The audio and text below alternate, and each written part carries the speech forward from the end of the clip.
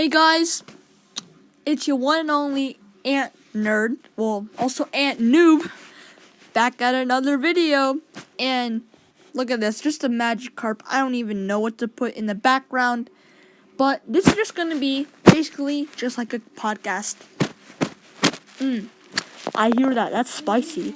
But yeah, let's get straight into it. As you know in the title, I don't know why I'm doing this, but as you have seen in the title, we're just going to be telling you, I'm just going to be telling you guys on just how to keep ants. I'm not actually an ant pro, so if you want an ant pro, go to Ants Canada's channel. He's really inspiring, and actually he got me to get into ants. So big shout out to Ants Canada. Thank you very much for inspiring me, and I really appreciate it. Let's get on to the video. So I'm just going to go in Google, and then there's a sack for my other video, and test tube setup. Okay, test tube setup. And while I'm Googling it, I'm going to be showing you. There's Ants Canada's videos down there. So what you want to do is something like this. I'm going to click on some random photo, and that picture's really blurry, but here's a better picture. So as you actually get into ant keeping, you're bound to find queen ants sometimes, like this. And what you're gonna do is you're gonna go grab any kind of test tube, like just a normal test tube. It can be long, can be short, like say just this thing, whatever. Buy test tubes, they're pretty cheap. And all you're gonna have to do is like so. Let me find a good one. There's one.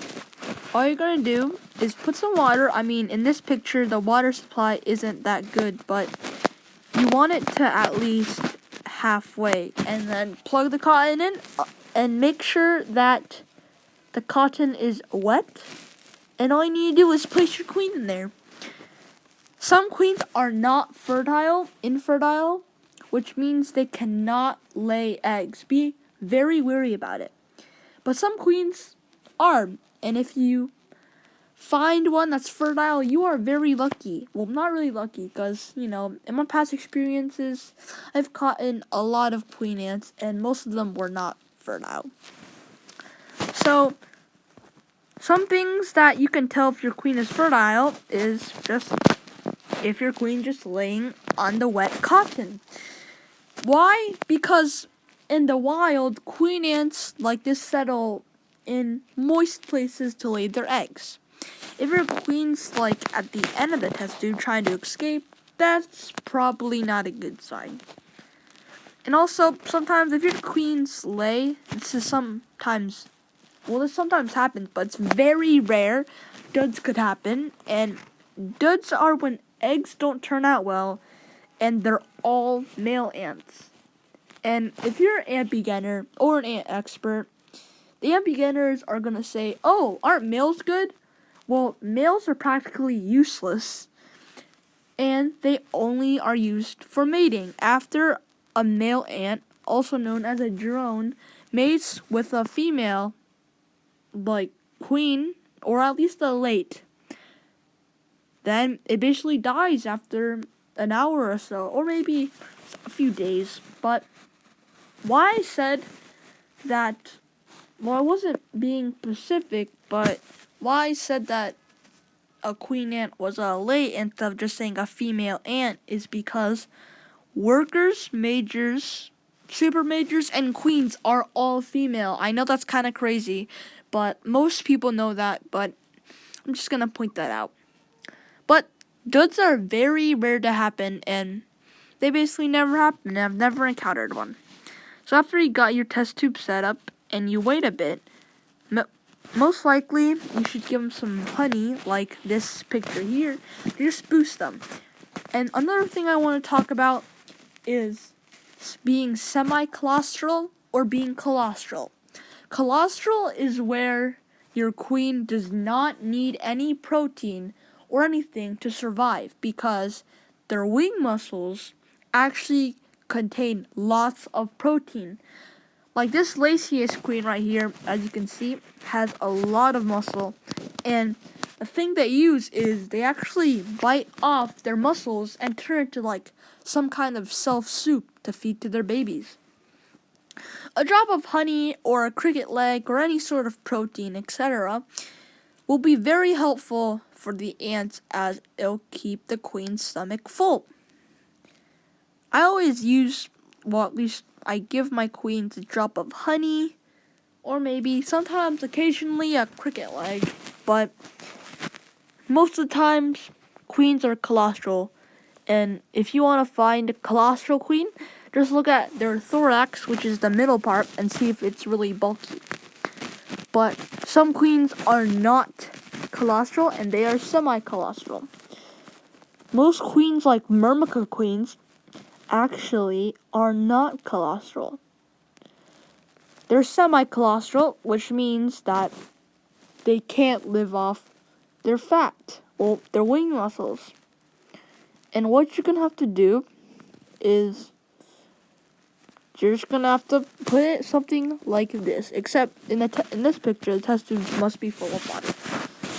As you can see, there's a little box here where you can put food in. Semi-colostral queens need food because their wing muscles aren't very big. Like I said, Myrmica queens usually are semi-colostral, and if you find a Myrmica queen, you're probably going to need to feed it some protein, honey, and some other stuff in order to support growth. That's semi-colostral and colostral, but let's get on to something else. After you've basically checked out the queen ant and stuff, there's Mikey again, and waited a bit, well, before I start just ranting about this, there's something I need to tell you guys.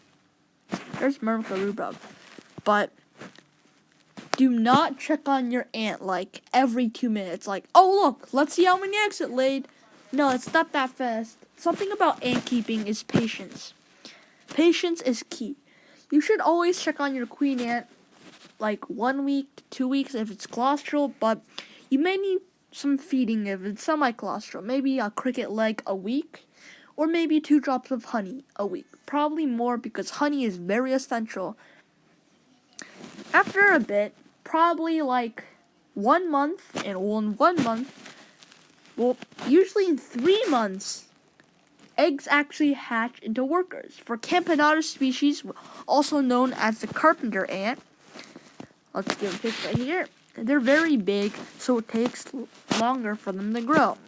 It usually takes 1 to 2 months for a carpenter ant to reach its full potential, but smaller ants, such as Tetramorium, or any type of ant that isn't too big, will grow decently, like maybe 3 weeks or a month. But actually, one of the most invasive species, I'll show you real quick, fire ant. The reason why these invasive species actually spread really quickly is because their growth rate. Fire ants usually grow in like 1 to 2 weeks. That's right, the hatch rate is like 1 to 2 weeks. That is crazy. In 3 to 5 months, you're already going to have a colony with about 500, 400, 300 workers. It's that crazy. That's what makes fire ants one of the most invasive species. Solenopsis invicta, or Solenopsis geminata, which Ants Canada owns. Again, shout out to Ants Canada. They are both very invasive and they're very hard to get rid of.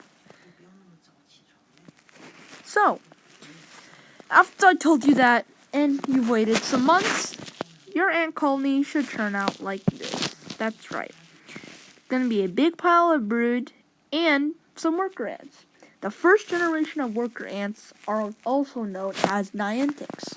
These ants are actually smaller than the average worker ant of the species, and they're just to help out the queen. But when the new worker ants enclosed, the Niantics will probably just die out. This specific species actually has a heart-shaped gaster like Cremagaster, I don't know how to pronounce it, but it has a heart-shaped gaster. After that, you've basically established your colony. There's just a few more things I need to go through. 1. Don't overfeed your colony, or else mold will build up. If you want to get rid of some mold, then all you need to do is simply throw in some springtails or some pill bugs. Those always help with getting rid of funguses and mold. 2. Don't let your ants die of dehydration or starvation. Like, ants are animals too, and you wouldn't not feed your dog for a few days, right? Like, ants are basically the same thing. 3. Make sure to have honey all times, as protein fuels the eggs and brood and pupae, while sugar fuels the workers, if you know what I mean.